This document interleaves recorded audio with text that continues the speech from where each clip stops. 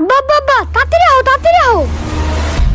কেন, কি হইছে? আরে এত কথা না কয়ে তাড়াতাড়ি আও তো।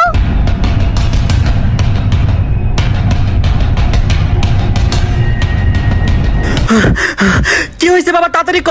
আরে আব্বা, আমার স্কুলে ফটো কন্টেস্ট হয়েছে, তাড়াতাড়ি আমার একটা ছবি তুলে দাও, আমার যে কোনো জিততে। হাই রে, এই কাহিনী, আমি ভাবছি কি নাকি। আরে হ্যাঁ, ফটো কন্টেস্ট, তাড়াতাড়ি ছবি তুলে। আচ্ছা যা যা, একটা হিরোর মতো পোজ দে। এই তো এই তো, জোস জোস, আরেকটা পোজ দে। ওয়াও, দেখ জীবন, কত সুন্দর ছবি তুলছি। আরে আব্বা, তুমি আমার এগুলো কি ছবি তুলে দিছো? পিছে বেলুন।